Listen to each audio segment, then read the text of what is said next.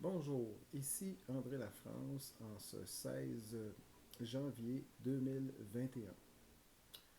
Avertissement. Les lois sont présumées constitutionnelles et valides de sorte que les opinions personnelles qui sont émises dans ce web journal n'ont aucunement pour effet d'inviter la population à enfreindre la loi. Seul un tribunal compétent saisi pourra déclarer une ou des infractions à la loi sur la santé publique ou les mesures sanitaires imposées par le gouvernement du Québec, illégales et inconstitutionnelles. Alors, vous êtes invités à respecter tous et chacune des mesures sanitaires édictées par le gouvernement du Québec. Sur ce, je vous invite à ce web journal aujourd'hui pour vous parler d'une entreprise bien locale de ma région, une entreprise prospère et sérieuse, qui a fait l'objet d'un article du Journal de Montréal, comme seul ce journal sait les proposer. Il y a deux journalistes qui ont analysé la même situation, soit Francis Hanlin, je ne sais pas si je prononce son nom comme il faut, et Marc-André Couillard du journal local Le Coup d'œil. Alors, on va commencer par celui du Journal de Montréal, qui a en fait un titre qui était digne d'une hécatombe. Éclosion majeure à l'usine VegPro. L'entreprise confirme des cas à Sherrington, mais leur nombre n'a pas été dévoilé. Ça, c'est le titre. C'est ça qu'on a eu comme titre dans le Journal de Montréal. Si vous lisez juste le titre, là, vous êtes certain que tout est fermé, il n'y peut plus rien qui marche. Mais on va la regarder, l'article, ensemble, puis après ça, je vais vous parler des révélations qui m'ont été faites par des gens à l'interne. Des gens qui connaissent bien ce milieu-là. Il commence comme ça, parce qu'il sait que c'est la seule chose que les gens vont lire. C'est le petit caractère gras que vous avez ici en haut, puis ils vont aller lire la dernière ligne en bas. Comme ça que les gens lisent le journal de Montréal. Après avoir vécu la pire éclosion parmi les travailleurs étrangers agricoles, l'été dernier, le plus grand producteur de légumes frais au pays, pas le plus petit, le plus grand, VegPro en Montérégie revit le cauchemar, cauchemar, d'une éclosion. Les gens de VegPro, là, ils vivent pas dans un cauchemar. Les gens de VegPro, c'est des gens solides sur leurs pieds. Puis quand il arrive une problématique, ils l'entreprennent et ils la règlent. Ce sont le propre des gens d'affaires sérieux. Le cauchemar de l'éclosion, d'une éclosion. En début de pandémie, vous vous rappellerez qu'il y a des usines alimentaires qui ont fait face au même genre de situation avec le même genre de titre épouvantable du même journal.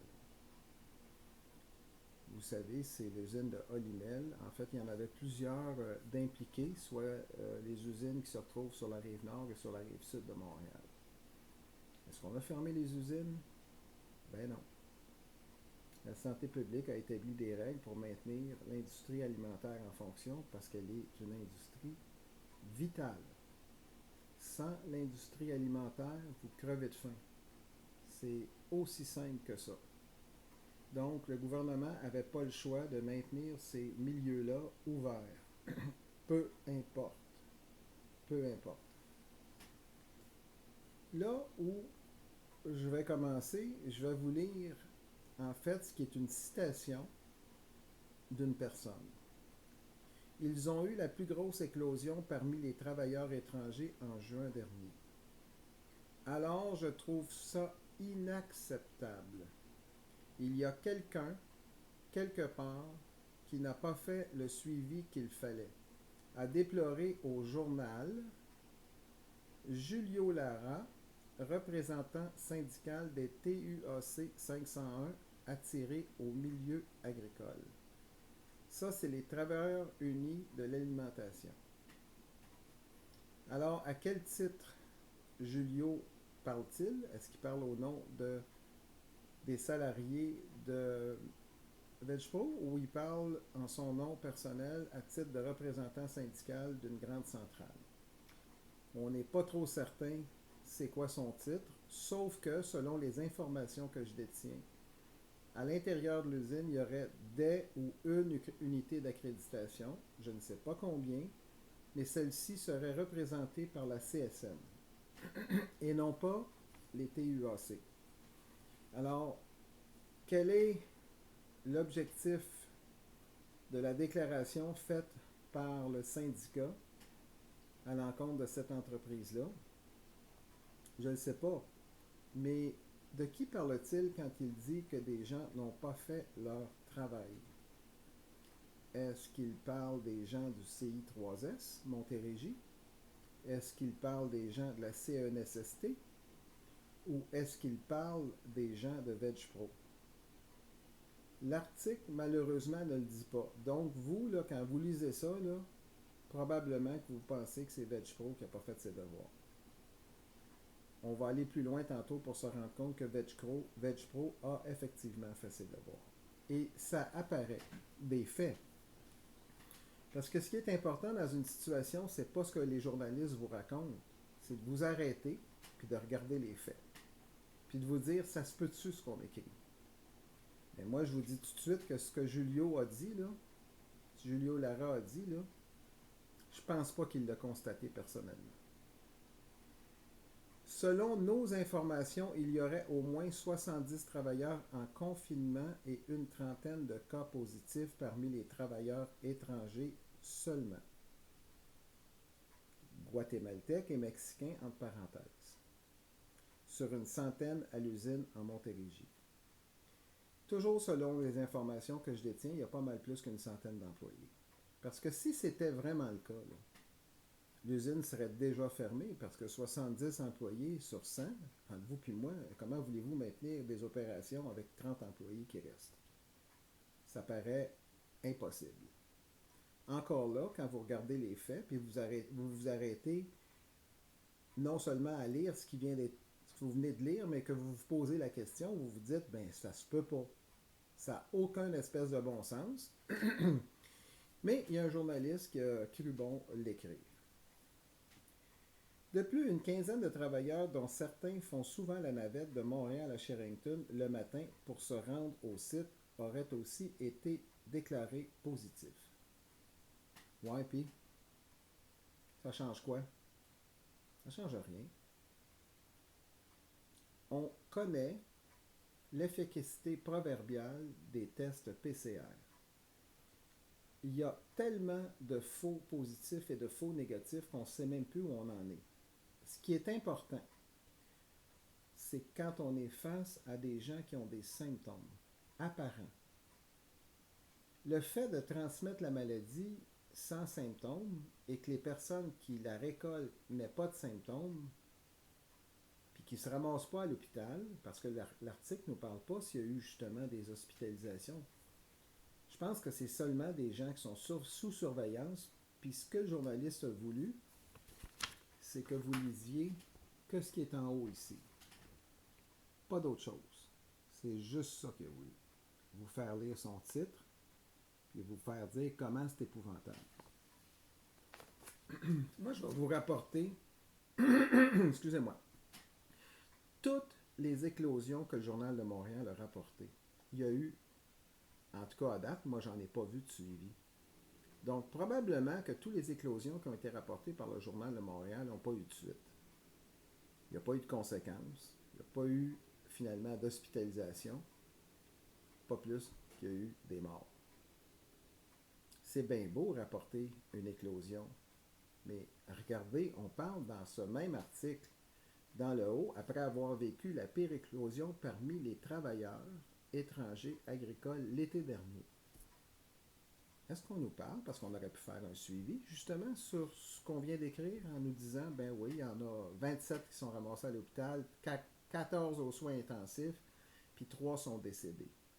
Ben non, on n'a fait aucun suivi, donc on doit supposer que finalement, le journaliste, ou bien non, il ne fait pas son travail de suivi, ou bien non, il n'y a eu aucune conséquence. Puis moi, je pense que c'est la deuxième option qu'on doit privilégier. Il n'y a eu aucune conséquence à l'éclosion de l'été dernier. On va continuer. Puis tenez toujours en considération que j'ai eu de l'information de l'intérieur. Masque en cause. Ces derniers jours, des travailleurs nerveux de l'usine de VegPro ont contacté le journal pour raconter leur histoire. La peur au ventre. Wow! Comment le journaliste a pu déceler la peur au ventre s'il n'a pas rencontré les gens pour voir leur expression faciale?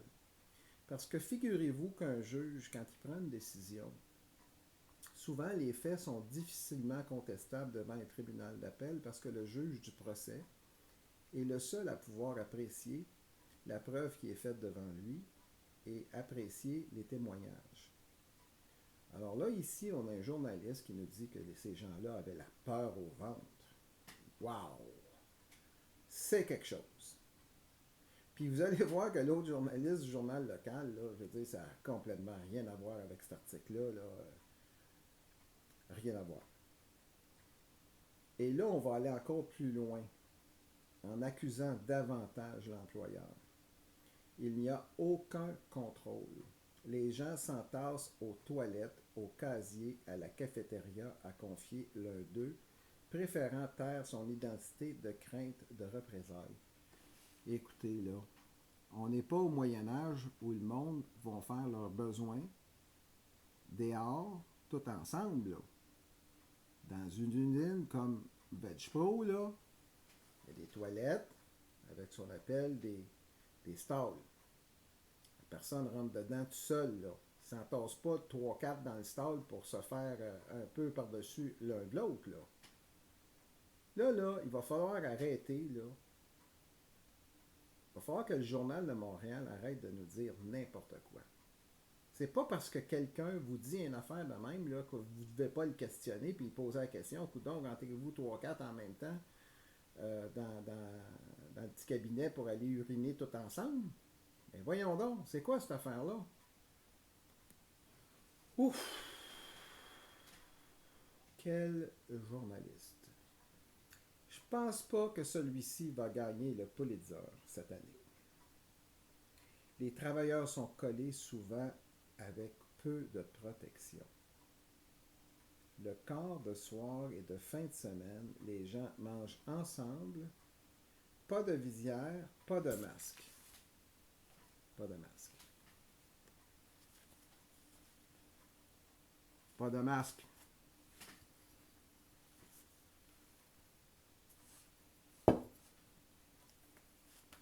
Essayez de faire ça pour le fun. Je m'en donnerai des nouvelles. Essayez de faire ça. Le journaliste, il a écrit ça, là. Ou ben non, il ne s'est pas revisé, ou ben non, ça n'a pas d'allure, là. Ou ben non, ce gars-là, il a carrément pas réfléchi à ce qui est écrit, là. C'est un ou c'est l'autre, là. On mange normalement pas de masque, à moins qu'on soit aux soins intensifs avec 18 solutés, dont un qui vous alimente et qui vous hydrate. Les gens de l'usine VegPro, là, sont pas connectés sur des solutés. Quand ils vont à la cafétéria, c'est pour manger assis avec ça, plus dans leur face. Hein?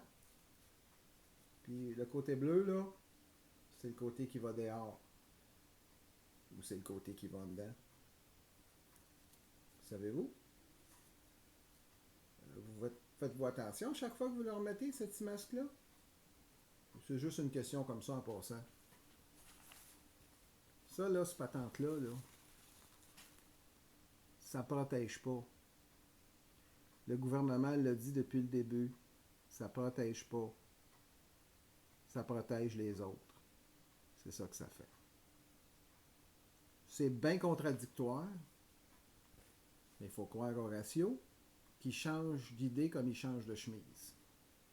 Le docteur Aguda, pendant plusieurs mois, nous a dit la même chose que tous les experts internationaux nous ont dit, et puis qui nous disent encore aujourd'hui, le masque ne protège pas. Et il peut s'avérer plus dangereux qu'autre chose, dans certaines circonstances. Puis j'invite les travailleurs de la santé à nous dire comment on porte un masque. Comment on fait pour le mettre, comment on fait pour l'enlever, et est-ce qu'on va prendre le même masque d'un patient à l'autre? Je vous mets au défi de trouver la réponse. Les gens de la santé vont vous le dire comment ça marche. Puis s'ils mettent le même masque toute la journée, là, on a un sérieux problème. Parce que le masque, il n'est pas fait pour protéger les voies respiratoires. Il est fait pour protéger autre chose que ça. Ah, on continue avec le journaleux. Donc, les pauvres petits employés sont entassés les uns sur les autres. Puis là, ben, il y en a un qui en rajoute. Il fallait s'en attendre, le grand problème de VegPro. Le grand problème de VegPro, c'est que c'est exigu, a observé Michel Pilon. Rappelez-vous de ce nom-là. Michel Pilon, coordonnateur du réseau d'aide aux travailleurs et travailleurs migrants agricoles du Québec. RATTMAQ. Wow! C'est tout un titre. Donc, ce monsieur-là, puis on va prendre pour avérer ce qu'il nous dit, on prend juste pour avérer ce que ce monsieur-là nous dit, savait que c'était exigu, puis il est resté silencieux tout ce temps-là. Il faut toujours lire un article entre les lignes puis regarder les faits. Il ne faut jamais arrêter à lire juste le titre. Puis quand vous allez vous rendre jusqu'à la fin, vous allez vous dire, si vous êtes un peu raisonnable, vous allez vous dire que ça n'a pas d'allure. Mais ici, là, ça n'a carrément pas d'allure, tout ce qu'on lit depuis tantôt. Aïe, aïe. Ils sont souvent 2 ou 4 par chambre avec des lits superposés. Bon, des lits superposés, là, c'est des bunk beds là, à étage. Là. Un en haut, un en bas. OK? Alors, s'il y a moindrement quelqu'un qui a le COVID, les autres vont l'avoir. Ben oui, c'est normal. L'esprit de la grippe, c'est comme ça que ça se propage à chaque année, par des contacts étroits. Le gouvernement du Québec, là, on ne le sait pas encore, je suis en train de vérifier. Mais saviez-vous qu'il y a une bonne partie des lits d'hôpitaux au Québec? Je dirais pas 50%, je dirais pas 75%, mais une bonne partie sont soit des chambres quadruples ou des chambres simples. Est-ce que les lits que Mme O'Partney a dit être fermés, ce sont ces 3 lits additionnels dans une chambre de 4 et le lit additionnel dans une chambre de 2? Est-ce que c'est bien ça, les lits fermés, justement pour éviter la contamination? Moi, je pense là que quand ce sont toujours les mêmes travailleurs qui vivent dans le même toit, je pense qu'il n'y en a pas de problème. Je ne suis pas un spécialiste. J'imagine qu'ils ont des règles à respecter quand ils vivent sous le même toit. Mais à un moment donné, il ne faut pas demander au monde de faire des miracles, puis en même temps avoir de la salade dans son assiette, puis des carottes, puis des patates.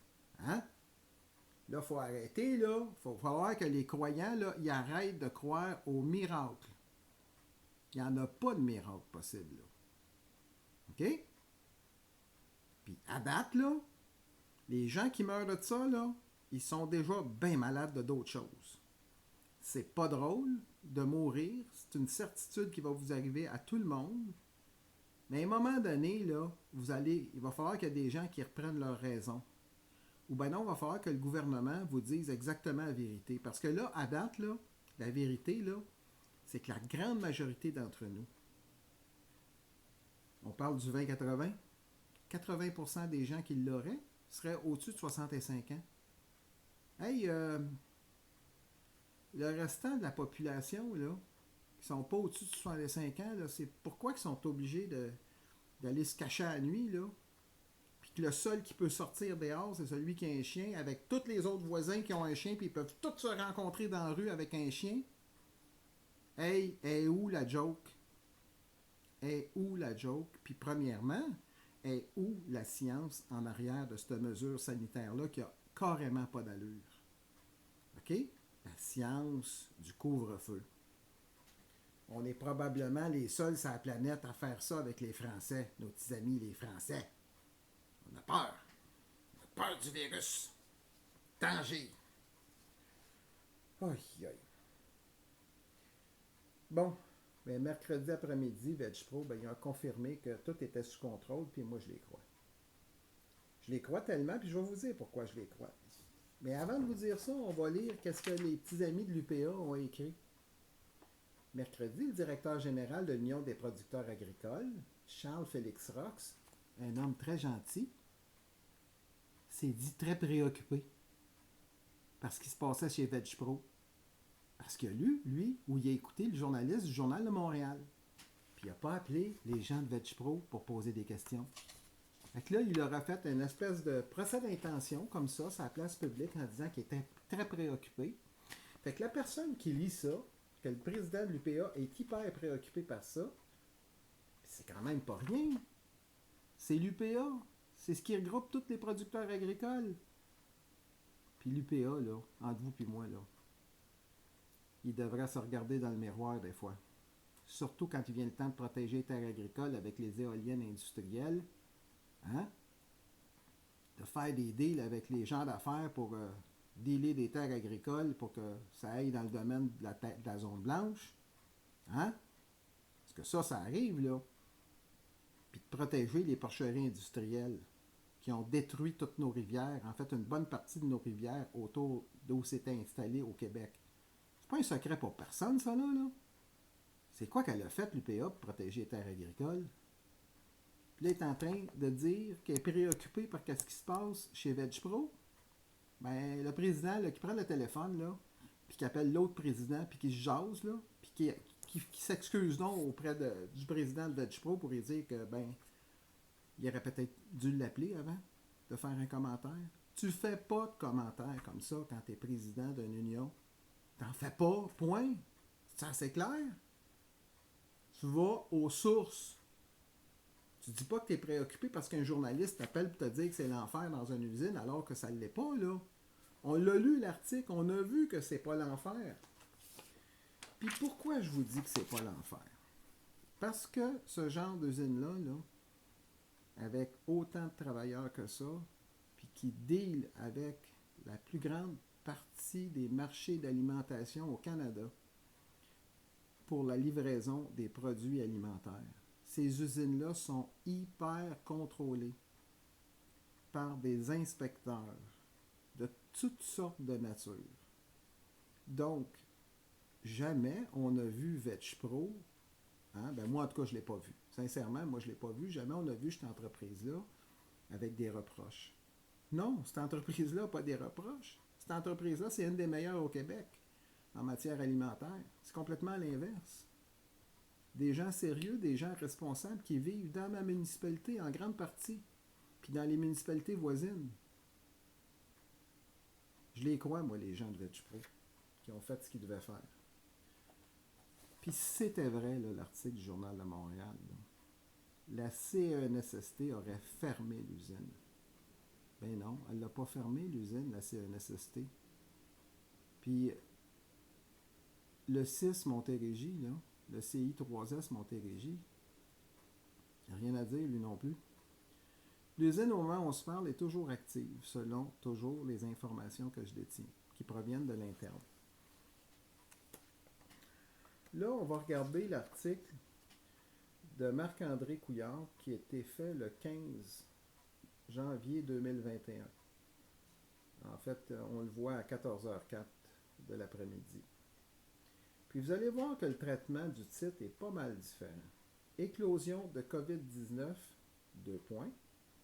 L'usine de VegPro de Sherrington reste ouverte. Ça, c'est un titre qui est pas mal plus conforme à ce qu'on est en train de vivre chez VegPro. On ne nie pas qu'il y a une éclosion, mais c'est pas majeur, c'est pas catastrophique parce qu'ils n'ont pas été fermés. Et le journaliste local, là, lui, il a fait sa job. Il l'a fait comme il faut. Il a contacté l'entreprise, puis il a obtenu une déclaration de l'entreprise qui soutient que toutes les mesures sont en place. OK? OK? Puis ça, je vais revenir avec les témoignages de l'intérieur tantôt. Contrairement à ce que laissent entendre certaines informations véhiculées dans les médias, VegPro n'a pas reçu l'ordre de fermeture, précise la direction par voie de communiqué. C'est quelque chose, là, des médias qui ont dit que VegPro était fermé. Il faut le faire, mais il faut vraiment le faire. Puis là après ça, là, c'est une entreprise qui est obligée de se débattre avec ça. Puis de dire, ben moi j'ai bien agi, puis j'ai bien fait les choses. Alors, des inspecteurs de la Commission des normes de l'équité, de la santé et de la sécurité du travail, CNSST, et un représentant de la direction de la santé publique de la Montérégie ont visité les installations de VegPro le 14 janvier en fin de journée afin de vérifier la conformité des mesures sanitaires mises en place. Moi, ce que je trouve étonnant, là, c'est que les travailleurs, au lieu d'appeler le journaliste du Journal de Montréal, comment se fait qu'ils n'ont pas appelé la CENSST qui est là pour les protéger? Comment se fait qu'ils n'ont pas appelé le CI3S qui est là pour les protéger? Comment se fait qu'ils n'ont pas appelé la police pour dire que le monde ne mettait pas le masque? Parce que c'est toutes des infractions, ça. Pourquoi ils n'ont pas fait ça? Parce que probablement, il ne se passait pas ça. Fait que là, on ne sait pas trop qui a manipulé cette histoire-là, mais ça a l'air d'une patente, là. Ça a l'air d'une patente bien ficelée, cette histoire-là. Mais qui ne se tient pas debout. Parce que combien les policiers ont visité de gens dans leur résidence pendant le temps des fêtes, justement pour les interpeller parce que les voisins les avaient dénoncés. Vous ne pensez pas que ça ne peut pas se faire, la même affaire, dans une usine? Ben oui, ça peut se faire. Alors là, on a décidé que la personne qui protégeait les travailleurs, c'était plus la CNSST, c'était le journal de Montréal. Les travailleurs qui se seraient rendus ou téléphonés au Journal de Montréal se sont-ils rendus compte des problèmes que ça pouvait causer à l'employeur? Je ne sais pas. Qu'est-ce qu'ils ont pensé? Ils auraient pu parler à leur responsable d'usine, puis parler de leurs préoccupations avec le responsable d'usine.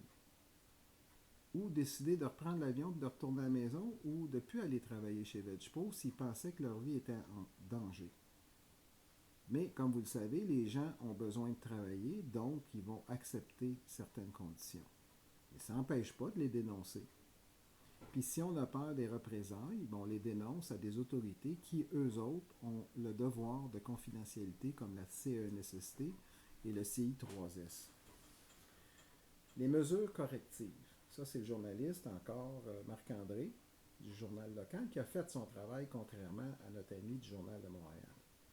3 recommandations ont été faites à VegPro afin de minimiser les risques de contamination. Le 15 janvier, ces mesures étaient déjà déployées à sur VegPro. Des mesures devaient être aussi prises pour renforcer la distanciation dans le secteur des casiers, s'assurer que les employés portent le masque de façon optimale. Mais là, je ne viendrai pas sur le débat des masques parce que c'était toute une histoire, cette histoire de masque-là. Parce qu'il n'y a personne qui met ça comme faux. De toute façon, les guenilles que vous mettez dans la face, ce n'est pas efficace. Arrêtez de vous mettre dans la tête que c'est efficace. La preuve que ce n'est pas efficace, là, c'est qu'il y en a des éclosions. Ça, c'est la preuve que ce n'est pas efficace. Puis des éclosions en milieu de travail. C'est-tu la preuve que ce n'est pas efficace, ça, rien qu'un peu? Puis la plupart des éclosions qu'on entend, c'est dans des milieux où on porte le masque. Pas dans les maisons privées, là. Pas vrai, ça, cette histoire-là. En tout cas, chez nous, on n'a rien attrapé encore à date. On est quand même assez bon. Depuis le début de la pandémie, VegPro a mis en place les mesures sanitaires recommandées par le gouvernement et la direction de la santé publique, indique Luc Prévost. Puis moi, je le crois, Luc. Pourquoi je le crois? Parce que les gens qui connaissent VegPro de l'intérieur me l'ont dit. Alors, ils ont confirmé le témoignage de du monsieur de VegPro. L'usine est toujours en action. Ça, j'avais vérifié ça tout de suite après qu'on s'aurait fait dire qu'elle soit fermée. Il y a même des employés qui m'ont dit qu'on était surpris d'apprendre qu'on était fermé alors qu'on était en train d'emballer. Des désinfectants, là, il y en a partout dans l'usine. Quand je dis partout, c'est partout. OK? les gens portent le masque et même certains d'entre eux portent en plus la visière. Je présume que c'est l'employeur qui fournit les masques. Je ne le sais pas, donc je ne viendrai pas dire quelque chose que je ne sais pas. Il y aurait, semble-t-il, selon ces gens-là, des plexiglas entre les places assises à la cafétéria. Il semblerait même que TVA soit allé prendre des images à l'intérieur. En tout cas, qu'ils ont eu l'occasion de prendre des images. Est-ce qu'ils ont eu l'autorisation? Je ne le sais pas. Mais comme ils ont été à l'intérieur, ils auraient pu être à même de parler aux journalistes et de dire, regarde, c'est ça qu'on a vu, là. Il y en avait des bouteilles de Purell partout, là. Ben non. On nous a montré la photo d'un autobus avec du monde qui embarque dedans, puis on ne sait pas trop si c'est du monde de VegPro. Probablement, peut-être, on ne sait pas. Après ça, il y a eu peut-être 1 ou 2 cas, peut-être, je ne sais pas. On ne sait pas le nombre de cas, puis le restant a été mis en quarantaine pour éviter la contamination en attendant qu'on ait les résultats de leur test. Ça, c'est la réalité. La CNSST s'est rendue sur place, elle n'a pas fermé l'usine, elle a émis des recommandations et ça s'est arrêté là. Parce que dans une usine comme VegPro, de la taille de VegPro, il y a toujours des mises au point qui doivent se faire de temps à autre et c'est ce qui s'est passé, il y a eu des mises au point. Donc, pas de fermeture. La cafétéria a été reconfigurée pour justement permettre, puis c'est seulement un coin de la cafétéria, c'est pas toute la cafétéria, c'est seulement un coin où on n'était pas capable d'avoir des distances optimales de 2 mètres. En Europe, c'est 1 mètre. En Suède, c'est pas de masque, toutes les usines ouvertes, pas de distanciation, toutes les écoles ouvertes de 1 à 16 ans, pas de masque. Résultat de mort, meilleur qu'au Québec.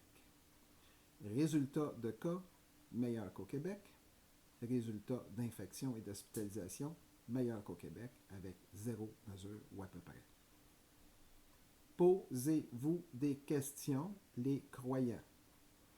Puis si vous ne le croyez pas, là,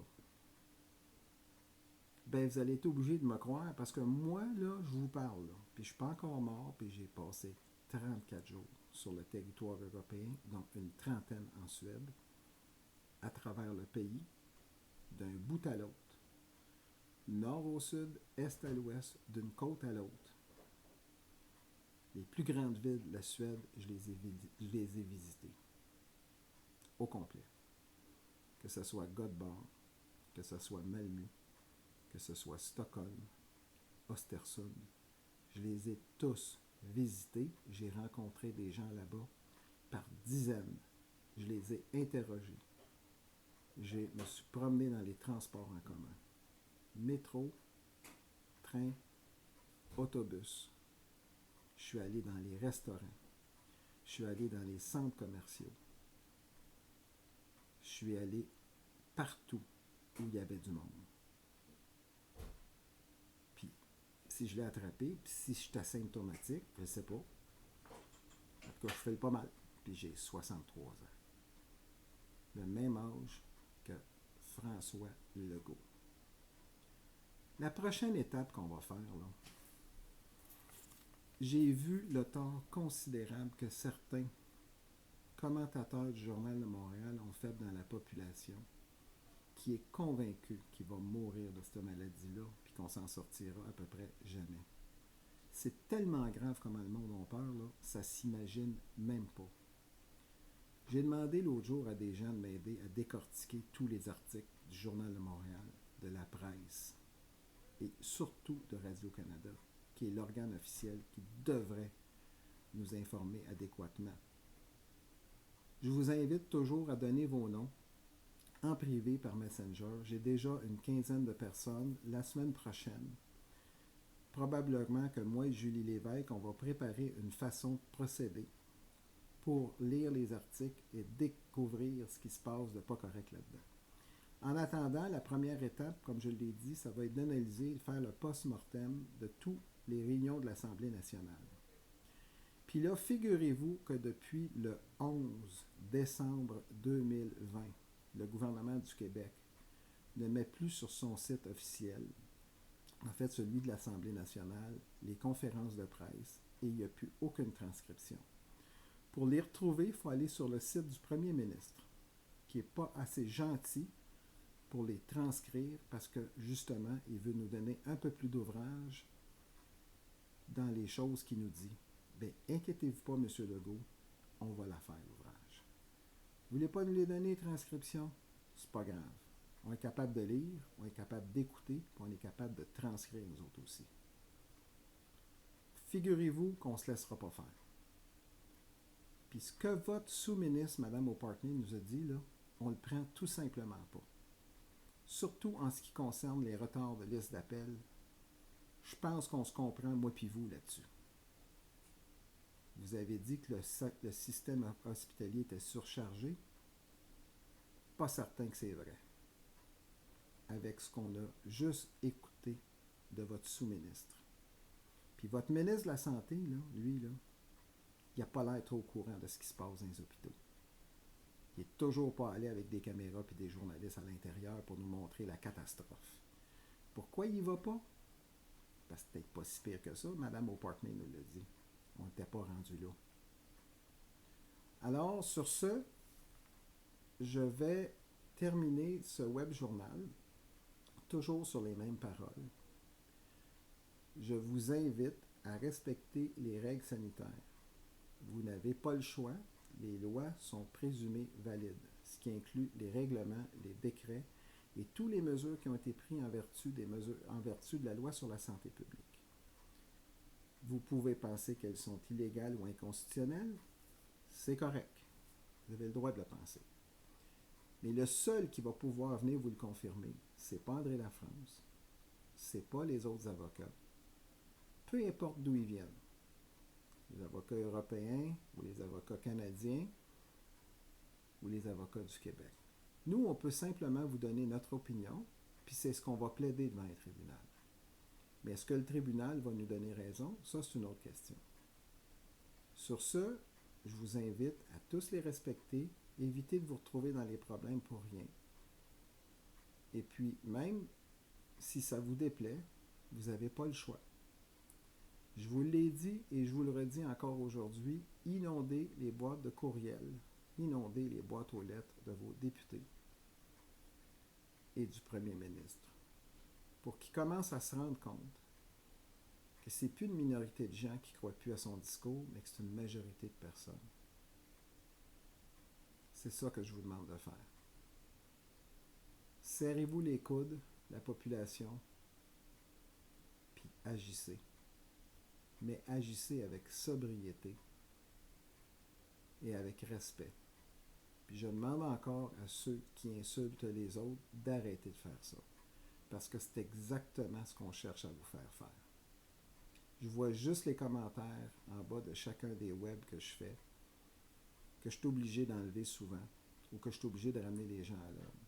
Je vois aussi en bas de certains articles de journal comment les gens peuvent être tourmentés.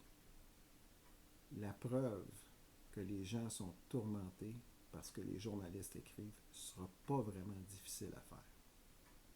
Il y a une analyse légale que je vais faire sur cette question-là. Je vous ai dit que je vous reviendrai là-dessus. Mais si aujourd'hui on est dans la situation qu'on est, là, c'est parce qu'il y en a qui écrivent des articles. Martineau, entre autres. José Legault. Mario Dumont. Joseph Facal. Il n'y a pas un blasphème qu'on n'a pas entendu de ces gens-là. Puis j'en oublie d'autres. Il y a aussi Mme Bombardier qui en fait une maladie. Donc, si aujourd'hui vous êtes dans la situation où vous êtes et vous êtes divisé plus que jamais, c'est à cause de ces gens-là. Puis là, je fais juste nommer ceux qui sont au Journal de Montréal. Mais il y a TVA, il y a LCN, il y a le Réseau de l'information, il y a Radio-Canada, il y a les stations de radio. Tous ces gens-là travaillent ensemble à diffuser un message unique, à ne donner aucune chance à des options puis des opinions qui seraient différentes du message unique du gouvernement du Québec. Sauf qu'il y a une chose qui est certaine, à date, on a eu pas mal de contradictions dans pas mal de conférences de presse, puis on peut juste citer celle du 16 mars et celle relative au couvre-feu. Dans une, on vous dit que ça vaut rien, que ça vaut pas une claque, puis dans l'autre, on vous dit qu'il faut le faire. Là, ce qu'on a réussi à faire, c'est de vous faire oublier qui vous étiez depuis le mois de janvier passé. Vous avez complètement oublié où vous étiez, vous n'avez plus de repères. Je vous demande de remettre en place vos repères, puis de vous dire qu'est-ce que c'était la vie avant le mois de mars, puis de vous demander comment vous avez fait pour vous rendre jusqu'à aujourd'hui sans crever. Puis regardez à gauche, à droite, derrière et devant. Et demandez-vous combien des gens que vous connaissez sont morts de la COVID et que vous en êtes absolument certain. Puis combien autour de vous ont été malades et qui s'en sont pas sortis et qui ont eu des séquelles épouvantables.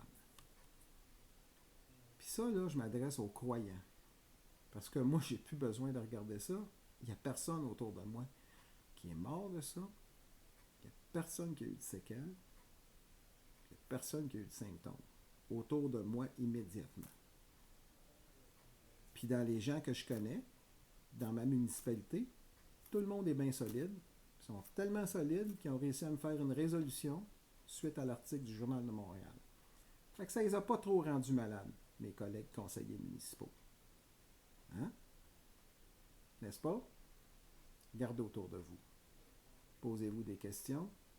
Puis quand vous lisez un article de journal, demandez-vous si ça a de l'allure. Arrêtez de lire juste les titres, parce que si vous lisez juste les titres, vous allez vivre dans la peur pour le restant de vos jours. Depuis quand qu'on a peur de la grippe? Depuis quand qu'on a peur des virus? Je pense que le seul qui a vraiment fait peur au monde, c'est le sida à date, qui n'est pas encore corrigé après 40 ans passés. Mais j'ai jamais vu personne, moi, avoir peur de la grippe, là. Même depuis la grippe espagnole, les gens ont déjà oublié que ça existait, cette histoire-là. Là. C'est parce qu'on leur a rappelé, mais je vous l'aurais dit, vous vous en rappeliez même pas. La grippe de Hong Kong, c'est un autre, ça, là, qui était solide. Puis il y a eu le scandale de la H1N1. Ils n'avaient pas réussi leur shot à ce moment-là. Puis là, aujourd'hui, ils sont en train de réussir à détruire l'économie, à détruire vos vies. C'est ça que le gouvernement est en train de faire. Ou bien non, il le fait de façon volontaire, ou bien non, il le fait par incompétence. Et il y a quelque chose qui ne marche pas. Puis de toute façon, c'est facile. Tout ce qu'on a à faire, c'est regarder les faits autour de nous, puis d'analyser les déclarations des ministres, des sous-ministres, puis des gens qui parlent pour et au nom du gouvernement pour se rendre compte que ça ne marche pas, le discours qu'ils tiennent actuellement. Alors, je vous souhaite une bonne fin de journée. Prenez le temps de lire vos articles quand vous les regardez. Respectez les règles sanitaires, c'est votre obligation citoyenne. Merci et au plaisir de se revoir.